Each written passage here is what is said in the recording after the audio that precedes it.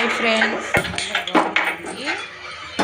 మేము వేరుశెనగ పప్పులు చింతిగురు పచ్చడి చేసుకున్నామండి.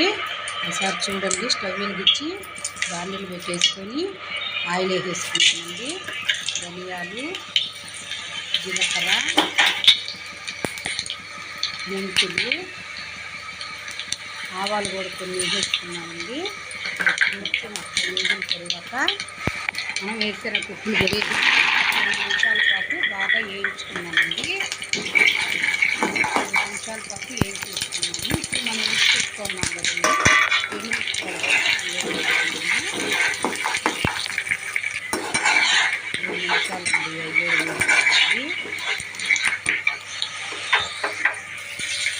ఆపేసుకున్నామండి. మళ్ళీ స్టవ్ వెలిగించి దాన్ని పెట్టుకున్నామండి. మనం ముందుగా చింతపండు నానబెట్టుకున్నాం కదండి. ఇప్పుడు కొంచెం ఆయిల్ వేసుకొని అది వేడయ్యాక తీసి పెట్టుకున్న చింతిగురు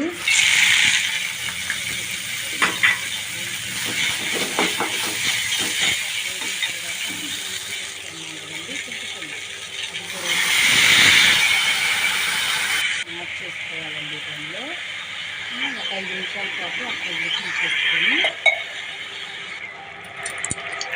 మనం మిక్సీలో వేసేసుకున్నామండి. ముందు వేయించి పెట్టుకున్నాం కదా, కొంచెం ఉప్పు వేసుకొని అది మిక్సీ పట్టేసుకున్నామండి. ఈ లోపల చింతగురు కూడా ఉడికిపోతుందండి. మిక్సీ పట్టేసుకొని ఇప్పుడు మనం చింతగురు కూడా వేసి మిక్సీ పట్టేసుకున్నాం కదండి. ఎర్రగడ్డ తరిగి వేసుకొని వేరుశెనగ పప్పులు చింతగురు పచ్చడి రెడీ అయిపోయింది ఫ్రెండ్స్. చూడండి ఒకసారి మీరు కూడా ట్రై చేయండి ఫ్రెండ్స్.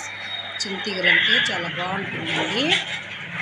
ఈరోజు నాకు చేయాలనిపించి నేను ఇలా చేశానండి. మీరు కూడా ఒకసారి ట్రై చేసి చూడండి ఫ్రెండ్స్, బాగుంటుంది. Thank you friends.